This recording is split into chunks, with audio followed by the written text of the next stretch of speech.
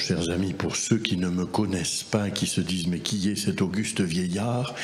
Eh bien, c'est le recteur du sanctuaire. Le père Ludovic, vous le savez, après 12 ans de service au sanctuaire, est parti vers d'autres horizons et à la rentrée, il sera au curé de la paroisse d'Embrun. Et donc, on a fait appel à cet auguste méridional qui vient ici, à l'école de Marie, essayer de suivre un peu plus Jésus. Merci de votre accueil, puisque vous êtes ici chez vous bien plus que moi. Et il est beau de commencer ce festival par cet évangile de l'enfance, qui nous invite à être des enfants. Alors il est bien certain que nous ne connaissons rien de l'enfance de Jésus. Mais il y a pourtant une chose que nous savons, c'est que Jésus a été un enfant. Et ça l'a probablement beaucoup marqué, vous savez, de vivre sous le regard de Marie toute cette enfance. Oui, il aurait pu surgir du fond des cieux, triomphant et glorieux. Mais non, notre Dieu a choisi de venir en ce monde en devenant un petit enfant. Et Dieu ne vient pas à nous comme un enfant pour nous attendrir devant ses boucles blondes. Hein. Nous, on est très volontiers sentimental. Non, Dieu vient à nous comme un enfant parce qu'un enfant, en ce temps-là, n'a aucun droit, n'a aucune existence propre. D'ailleurs, un enfant ne parle pas. Infans, c'est ça que ça veut dire. C'est celui qui ne parle pas. Le Verbe a donc commencé sa mission en se faisant silence, silence du petit enfant. C'est comme cela que la parole a voulu d'abord se révéler, par le silence.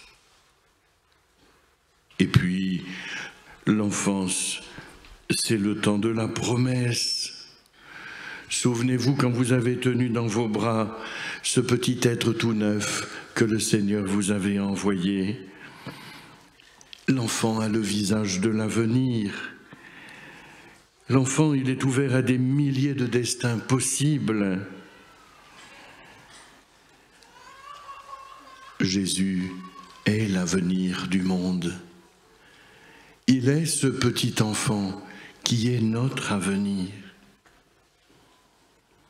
Et si Jésus manifeste de l'attachement aux enfants, là encore, ça n'est pas pour nous attendrir, pour dire « Oh, comme il est gentil, le petit Jésus, voyez !» Même si cette affection nous rejoint, et c'est sûr. Mais voyez-vous, les gestes de Jésus, je n'ose pas dire qu'ils sont jamais gratuits, parce qu'ils sont toujours gratuits, mais ils ont toujours un sens. En faisant quelque chose, Jésus nous dit toujours un peu autre chose. Et les gestes posés par Jésus nous invitent toujours à nous poser quelques questions. Parce que tout dans ses paroles, dans ses actes, tout a trait au salut. Jésus n'accomplit pas sa mission de 8h à midi et de 14h à 18h. Il est tout entier habité par sa mission. Notre Dieu vient à nous comme un enfant, parce qu'en regardant les enfants, on voit bien qu'ils sont entièrement dépendants de leurs parents, comme Jésus est tout entier dépendant du Père.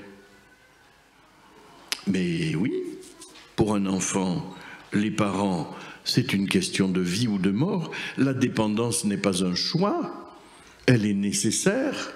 Un enfant est dépendant de sa famille. Accueillir le royaume de Dieu à la manière d'un enfant, c'est donc recevoir de la main de Dieu ce qui m'est nécessaire pour vivre. Recevoir le royaume de Dieu, c'est pas recevoir comme un baba au rhum reçoit la chantilly, quoi, non. Accueillir le royaume de Dieu, chers amis, c'est nécessaire pour vivre. C'est une question de vie ou de mort. Quand Jésus nous dit que le royaume de Dieu appartient aux enfants, ça veut dire qu'il appartient à ceux qui acceptent de se mettre en dépendance de Dieu.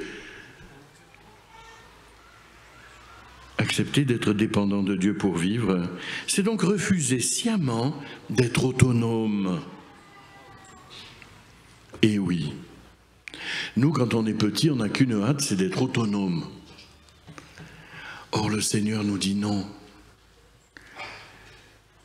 Pour accueillir le royaume de Dieu, il faut accepter d'être dépendant. Dépendant de Dieu, dépendant des autres, c'est ça l'Église. Cette dépendance vitale, elle nous demande d'être humble. Elle nous demande une innocence véritable, une douceur profonde. Et où, mieux qu'ici, chers amis, pourrons-nous goûter à la douceur de Dieu auprès de Marie? Quelle est belle l'innocence de Marie! Elle a toujours ce regard d'enfant qui dépend en tout de Dieu. On l'a chanté au début de la messe, tout est possible, tout est possible. Marie sait que tout est possible quand tout est remis entre les mains de Dieu. Et le chant émerveillé du Magnificat nous invite à regarder Dieu qui élève les petits. Auprès de la Vierge éblouissante de la clarté de Dieu, chers amis, entrons ce soir dans la dépendance radicale et heureuse qui ouvre à celui qui croit les portes du royaume de Dieu. Et la Sainte Vierge nous offre un guide. On peut dire un guide de montagne. C'est Benoîte. Benoîte, toute innocente. Benoîte qui ne connaît pas le monde, mais qui connaît Dieu si profondément. Parce qu'elle s'est mise à l'école de Marie. Elle est une véritable disciple de la Vierge Marie, une enfant toute simple, sans apprêt, disponible aux plus grandes grâces. Frères et sœurs, que tout au long de ces jours que nous allons partager ensemble, Benoîte soit votre compagne. Pendant ce séjour où, si Dieu le veut, nous deviendrons des enfants. Amen.